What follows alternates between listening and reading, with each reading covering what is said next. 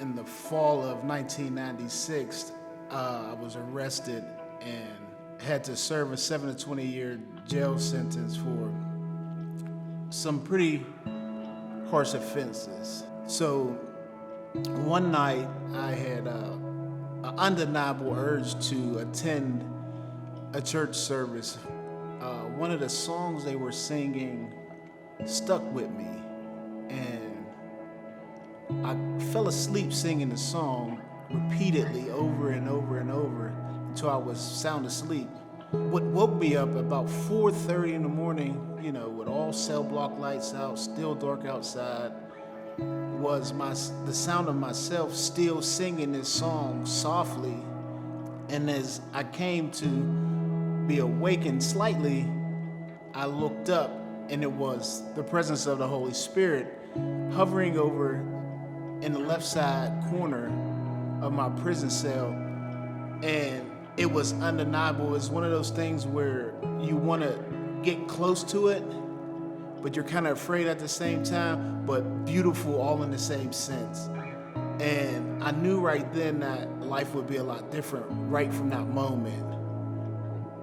I think that before Jesus, I was just really looking to fill everything I felt like I didn't have. I grew up in a single family household, but my father raised my siblings and I, and it was hard for my dad raising us. There was a lot of emotional and physical abuse back then, and so a lot of that contributed to my decisions, and as a result of my decisions, events in my life.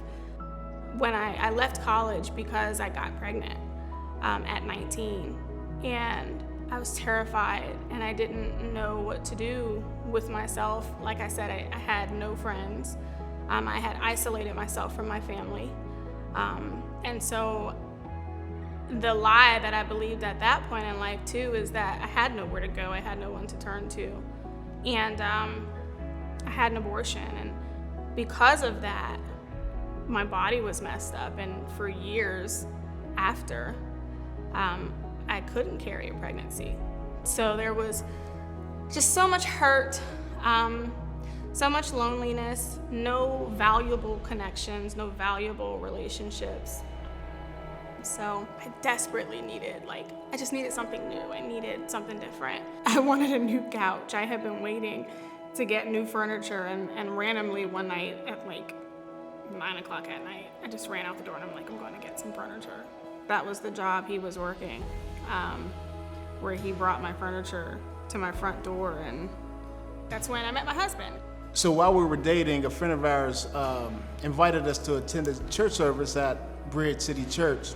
The first Sunday we did come into a service, we were welcomed in with loving arms from the time we pulled into the parking lot. Since then, I've been able to willingly take the necessary steps to be an active member, not only seeking out what the church can do for me, but also what I can put back into the church. How can I help? Once we started to attend Bridge City, God just began to work on all of the things that he knew we needed. He just began to really fill those spaces. And one of the things I'm really grateful for is the consistency of family. The value of relationships in this church. That's the one thing, if I could take anything away and say, how has Bridge City Church helped me? It's by showing me the value of relationships. Reece says all the time, if you sit in the barbershop long enough, you're gonna get a haircut. And so that's what I would say about this church. If you hang around long enough and you just give God a chance, you're gonna begin to form healthy, valuable, Christ-centered relationships. And that's where that real work starts, that real healing, and that sharpening.